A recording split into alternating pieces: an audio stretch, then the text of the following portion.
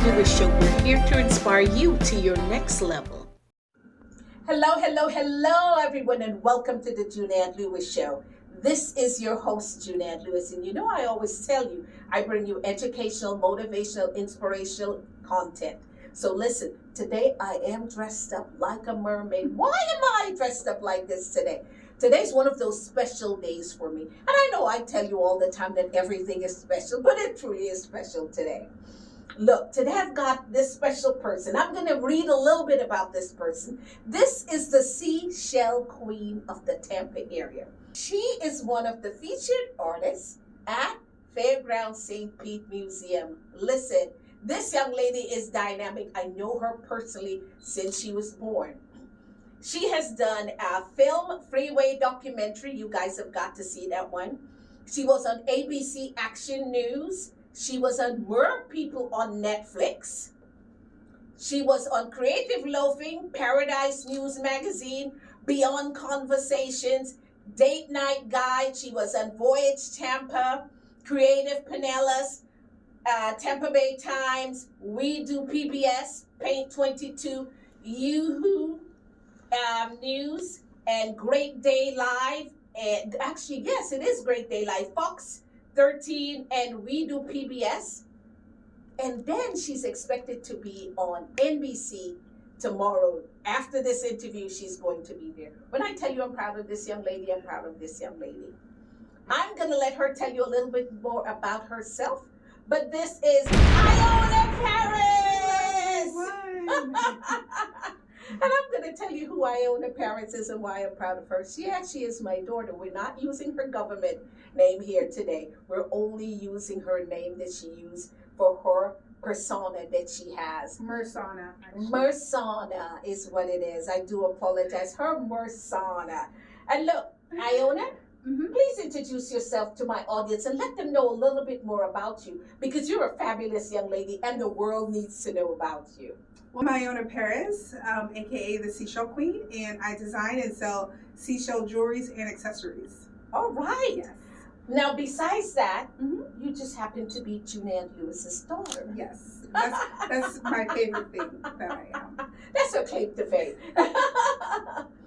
But Iona, and I will be calling her Iona. Iona, tell me how you got started in this industry, because you did not start out at this level. We'll get to all of these things that are here on the table in a while, but you didn't start it. Tell us how you got started. So I was in the United States Air Force, and I came back from my first deployment in 2009, and I was really depressed at that time. And I felt like I was just feeling very stifled, creative-wise.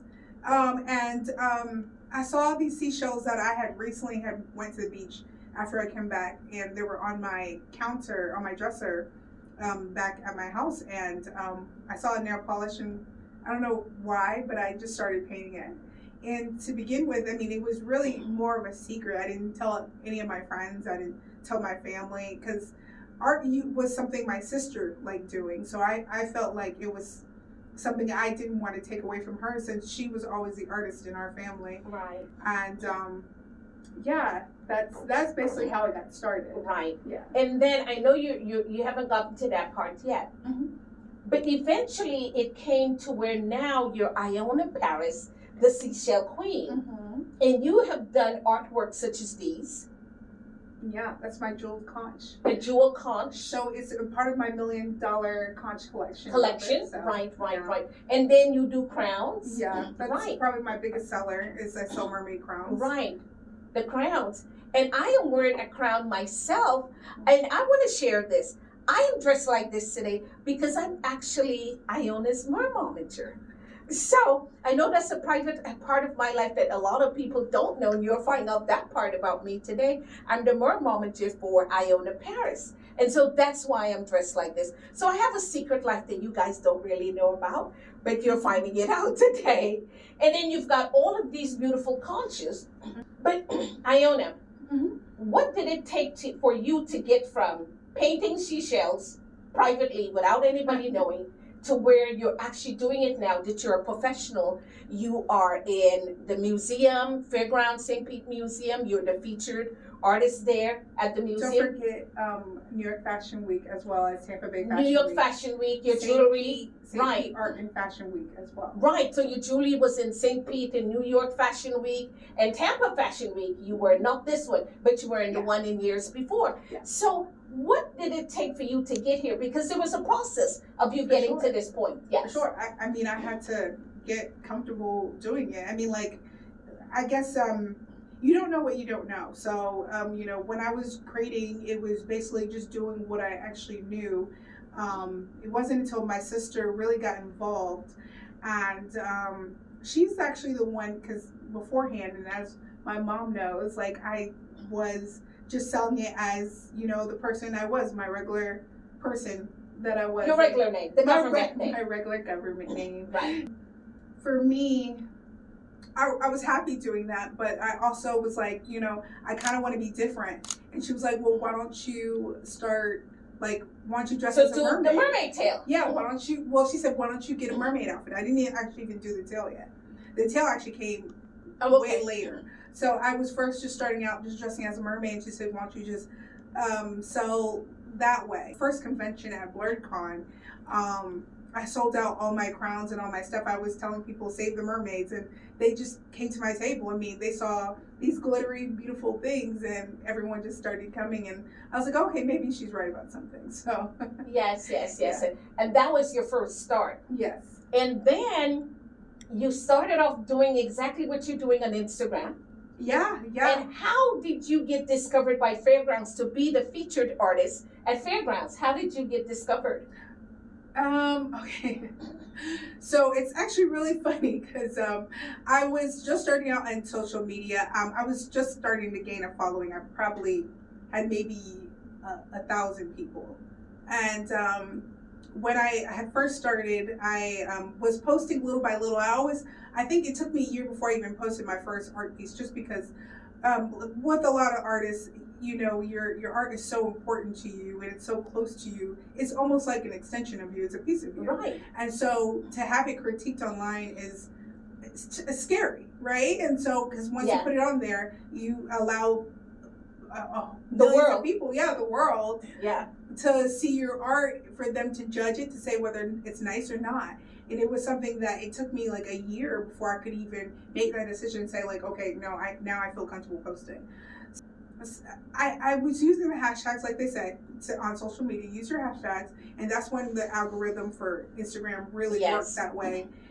I think I used a hashtag like Tampa artist, and they were looking for a Tampa artist at the time. Fairgrounds St. Pete wasn't what it was, what it is today. Right. It's a big museum. When they first started, it was more so. Stop right there. Yes. Yeah. So I remember you coming to me and saying, these people contacted me and I'm not sure if they're real or not. I don't know what to do. And I said, go ahead, you have nothing to lose. Well, go ahead. Actually, it's so funny because I thought it was someone pranking me or scamming me. Right. And because I was getting a lot of messages from people saying, I like your art, I like this, I want to buy it.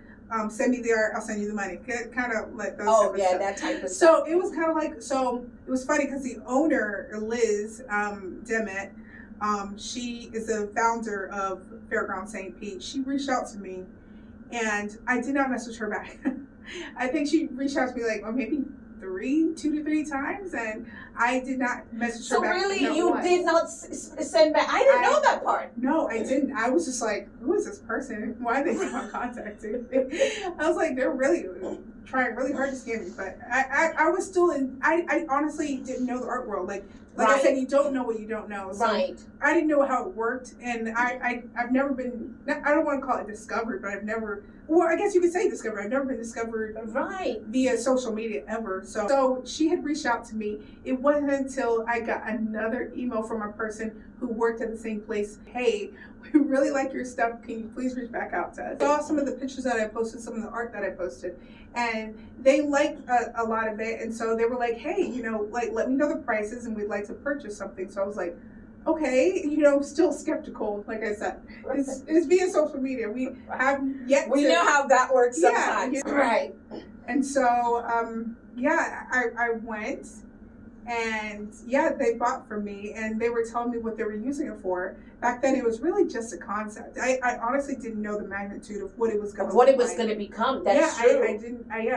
You know, I must tell you, because I went the first time when it was nothing. Yeah, it was. They didn't have that, and it was just an office. Right. When we went to that, and to see what they've created, I think is so fabulous. For sure. That they've done such a great job. Yeah, absolutely. Now I know you in your art designing, you've come a far way too. For you and all these beautiful pieces and these designs, for me to watch you as a parent that came from painting shells in your room privately where nobody knew, and then today to see you come to this level, I'm a proud parent to see you do that. And I know even for you yourself, you're developing more and more your confidence, because I tell you all the time, your work is so beautiful. She said, really, Mom? But really, it is beautiful. And the rest of the world sees it too, that it's beautiful. Now, you just did, at St. Pete, you guys did something. You guys did, for Veterans Day, you had a group of mermaids be there. What is it called? And so tell me a little bit more about that. Yes. So I created the Military Mermaids group. Right. And it really started through Wounded Warrior Project. I knew how, and I'll tell you how I got into the mermaid aspect of it. It wasn't just me doing art and then I was just automatically a mermaid. You know, it actually took a process where I actually got in contact with Carrie Water, which she's the founder of Afro Mermaid in Miami, and she's the one who really motivated me to like get into it and like come down and like get immersed in the mer culture. Because it's actually really different. A lot of people would think it's the same, like with dressing as a mermaid, as an artist, and being in the mermaid culture, which is way different. It's two different fields. Because I'm still as an artist, so I feel like I'm in different fields. So I'm in the art community, right? Then I'm in the seashell community, which is a whole separate community on its own. And a lot of times, like I was mainly in the seashell community in art community before I was ever in the mermaid community, because it was still kind of like they saw my work and they would buy from me, but I was still on the outside. I didn't know anything about really like what mermaid culture was. And then later on, there's actually a mermaid community. And when I actually went there, I met, it was probably the nicest convention I've ever been to, where everyone like greeted me. I didn't know anyone. I was just going there, didn't know what I was to expect. I brought a tail, didn't know how to use it. And, you know, And you found, and that was good for you, you said, that culture. Because you met mermaids that you have a relationship, relationship with now. Yeah, lifetime friends. You've got Caribbean Pearl, you've got Merman Achilles, you've got Carry Water, that are in industries working with you in your veterans community now. You've brought them over from that. So you've brought the two together. Yeah, so the veterans and the mermaid together. Tell me a little bit more about that, because I know you had something spectacular when you and Carrie and Merman Achilles and Caribbean Pearl worked together with the mermaids. Tell me what happened after that with your veteran mermaids. So basically, I've always wanted, I am also a peer leader with Wounded Warrior Project. And so basically what that means is just I host local events for disabled veterans. And I always wanted to throw a mermaid event, but I didn't think it was going to be possible. Right. It wasn't until my supervisor, Kate Brett, she's the one who, I guess she knew that The Little Mermaid this year was coming out, as well as Mer People documentary I let her see, and I think she became obsessed like me. I don't think she will admit it, how obsessed she got. She was obsessed. And she was like, hey, I know you do this, why don't you throw an event? So I love when I saw the videos of you guys. Yeah. You guys look so fantastic in the video. The way how everybody's happy, you can tell they're happy. Yeah. And I want to go back quick, and I'll come back to this part with you and the veterans. The Little Mermaid, what did that mean to you? Because you were at the event, you were out at the screening for The Little Mermaid, and I even got to be a part of that screening as well. Tell me what that meant to you. To watch The Little Mermaid, I would say I liked The Little Mermaid since I was a child. And so just to see that now it's an African American and that there's like diversity in the movie, it was a big thing for I think for everyone in our community. It was white, black, blue, green. I think that people just thought that like now it's like it feels like it's more open because even the males are like, hey, maybe one day there'll be something for us. Right, right. And I know at that moment, because as I said, I got the opportunity to see that movie with you. Because I knew that you were in this field, because I knew nothing about the mermaid industry before you got into it. That's true. And so just to watch that, that was something very informative for me, but it was a proud moment as well, because you and your friends and the other mermaids, you guys actually attended in your mermaid outfit, and that truly that was a scene as itself at the movie house to watch people react to you as well. So and then I want to get into mer people. I'll come back to you and the veteran mermaids. I want to get into mer people.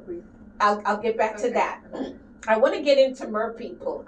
You end up in mer people going to the Afro convention, the summit. You weren't intending to be in mer people. No, you just got in there because of that. So tell us a little bit more about that.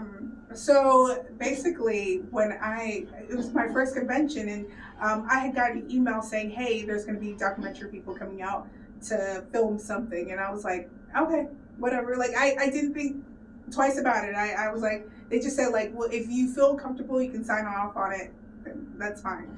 And so I actually didn't think I was even going to be in it. I was like, they already had the people that they wanted to film, so it was kind of like, okay, they're just going to be around. So I was just like, okay, I'll try to stay out the way or whatever.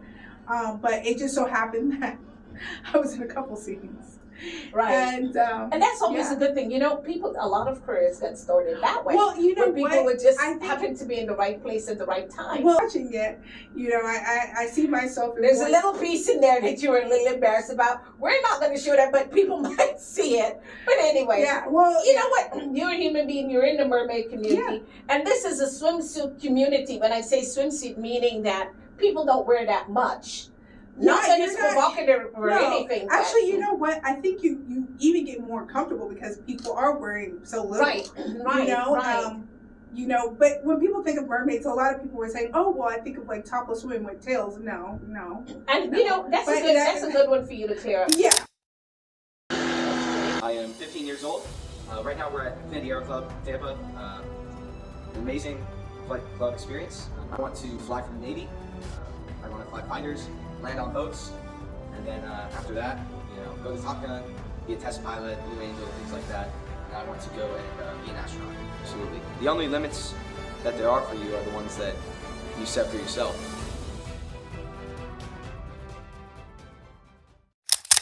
And let's go back to the major thing about you, because you were in Siren in the Seashells Queen. Yeah. One that I was very proud of, and this documentary was filmed by Sarah Shore.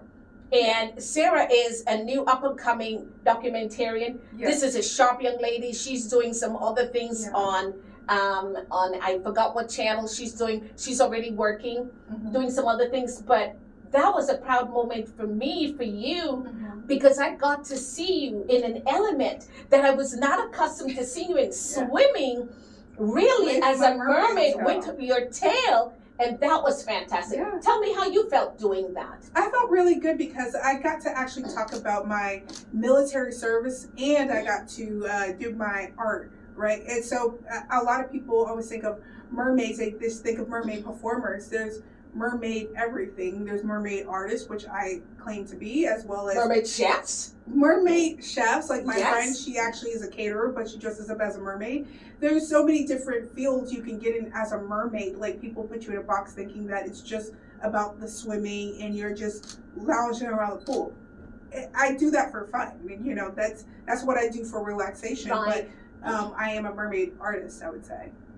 But it felt really nice to see, like, people see me through a different lens. Through a different lens. Yeah, it wasn't like, oh, well, she always wanted to be a mermaid growing up. No, like, I went into the military. I did a different stuff. Like, I'm not your typical mermaid that you will see, you know, so. Right.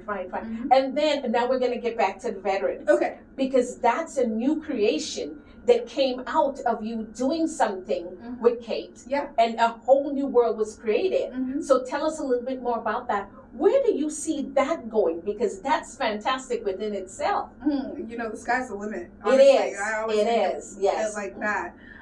When it boils down to, because even when I got started, it was really, I just wanted other veterans to experience what I experienced. Right. Swimming with a tail for the first time. It's almost like going into a fantasy world. You're not playing a different character. You're still yourself, but anyone could tell you swimming in the water is like so therapeutic, and then you're doing it with a mermaid tail. So now it's add an element of fantasy to it. So it's almost like a whimsical kind of feeling, and it feels really nice. And so I when I was actually putting the event together, I was hoping that people would feel the same way. I was like, man, I don't know how they're gonna feel, if they're gonna think that this is really little kiddish, or if they're gonna actually understand and experience what I experienced. Right. And it was a really good reception. Like, everyone wanted to do it again, and so now we continue to do different events, and and we're going to continue doing more events. And you're going to continue to do more events. Mm-hmm. When I think about it, the whole scope of everything. Mm-hmm. And they always say, do not despise small beginnings. Yes. I was there. I saw the small beginnings. And I see where she's at today as a mom. Not just from a mom aspect. And she can tell you, every time she does something, I'm usually in awe of what she's doing. Your jewelry, your earrings. And I'm wearing one of her earrings right now. And I typically wear that. But to see you come from just painting to doing this, to now you're in the jewelry industry, you're in the art industry, and you've got some beautiful pieces. These are some beautiful pieces that we're watching here of your shells and things that you've got. Wonderful. For that particular reason, I want to say to you, I say kudos to you, and I commend you on the things that you're doing. Tell us a little bit more about your NBC project that you're doing. Tomorrow, I know you have an NBC project that you're doing. Tell us a little bit more about that and what you expect happening there. Well, tomorrow, so NBC actually found me from Tampa Bay Times newspaper, and they saw about my military mermaids, which is something unique. I didn't actually think it was going to be so well received as it is. Right. So many people are reaching out and wanting to know how they can get involved, how they can donate. Right. And NBC was one of the people, and so they reached out and said they would like to talk to me about it. So tomorrow I'm going to be there for an interview. So they still had a good time, but. So they get their fitness and classes. Yes. And then tell me about the events that you go out into the community and do. So the last event we just did was at Fairgrounds St. They were honoring us as military mermaids, so people got to come and take pictures with us. Yeah. And those are some creative costumes. Do you make them yourself? Yes, I try to let people be as creative as they want to be. So I create my own, but I also want to evaluate anyone else's creativity and what they think their vision should look like as the mermaid persona they want to be. The persona. Yeah. I love that. So this. Now, Iona, I know we touched on these conches and these things that you're making. Mm-hmm. What inspired you to make something like this? Because I know this took you a while to make. What inspired you? I always like jeweled, pretty, sparkly things. That's just been me. I'm going to be honest. Things come out of my head, and sometimes I don't know where they're coming from. So you don't plan it. I don't plan anything. Right. My sister, it drives my sister crazy because she's a professional artist. I've got a planner. Yeah, she's a professional artist. She plans everything, and so for her, she's bought me so many beautiful sketchbooks, and sometimes I'll use them for little concepts. But for me, it really has to be in the moment. And a lot of times it's when this is going to sound crazy, but when I'm frustrated, when I design the most, like when there's so much on my brain, I feel like my brain is so busy that I have to get things out. And so that's when I'm actually doing stuff. So I tell people a lot of times I'm creating when I'm not feeling great. I create more. Right. When I want to relax, I go shelling. Like, that's my relaxation. I like to find different seashells and like to think of things in my head, but my best creations come when I'm in a mood, right. I've got to show everybody your art room, because this is spectacular. You've got to see this art room, because when you started, the amount of shells that you've accumulated, the amount of things that you've done is very impressive. Mm-hmm. And literally, our house is a seashell house. Yeah. That's what it is. Yeah. Because everything is seashell in there. Yeah. So what would little Iona tell this Iona? And then you'll tell everybody how you got that name. What would this grown Iona tell little Iona, 9-year-old Iona? I would say keep creating. I mean, I was, when I was a kid, she can tell you, I was just... You were very creative. That's why I said that. Making at something. 9 years old, you were. I thought I was actually going to be making perfumes. I used to take all your stuff. So I used to just, I mean, I really should have been a chemist. Like, I was just always creating something. Like, I had a lab. Like, I had my own little kid lab at the side of my room. Like, always making something. That's just me. So this is true. My perfumes, all my little flowers, all my stuff, she would take it and mix it up and create some little portion. I'll be looking for something, a good expensive stuff, stuff that I've had from my mom, and she would have taken it and made something out of it. Both her and her sister, they were very creative young, including my son too. I'm curious about different things, and so I always say I could have been a chemist, I could have been an engineer, because I always was inventing something. I thought I was going to be an inventor. Nothing ever like was stuck. But I mean, actually, I guess afterwards. Your magazines, you were a magazine. Oh yeah, I used to create magazines and sell them to the kids at school. Listen, I'm an entrepreneur. My dad was an entrepreneur, and so I know she got that entrepreneurial spirit from us. For sure. Creating stuff. When I saw her create her first magazine, I'm like, what is this? And then she's selling it to her little friends at school. And then, listen, you were an entrepreneur. That's why I asked you about that 9-year-old little girl. And you know what? This is the only thing that really feels right, is to create and then sell. Create and sell. Or to just, even if it's like buy then sell, like resell or whatever. Yes. But I think looking at you guys, honestly, I feel like I got that from y'all. Yeah. Now, my audience is going to want to know where, since this is not your government name, where did the name Iona Parris come from? It's a beautiful name. I love it. Yeah, so Iona Parris actually is my mother's mom's name. My mom? Yeah. Yes. And I thought it was so beautiful.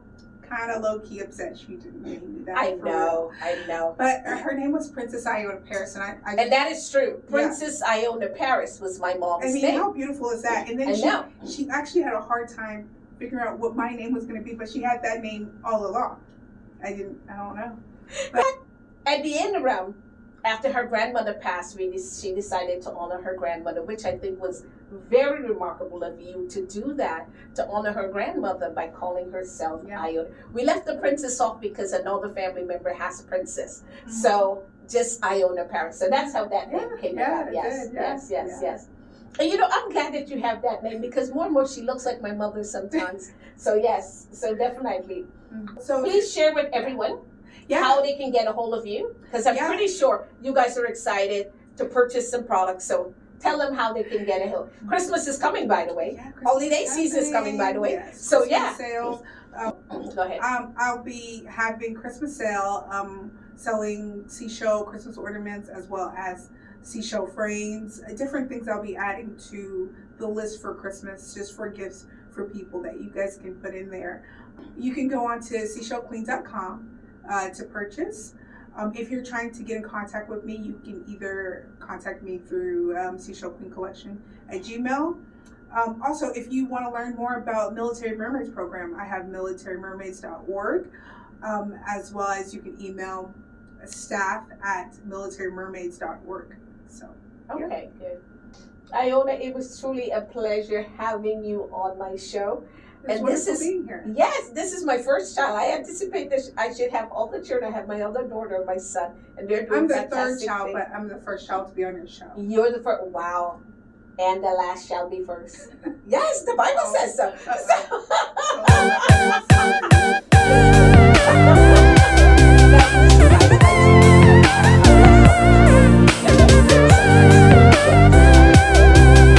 Find out a little bit more about her and share her with you.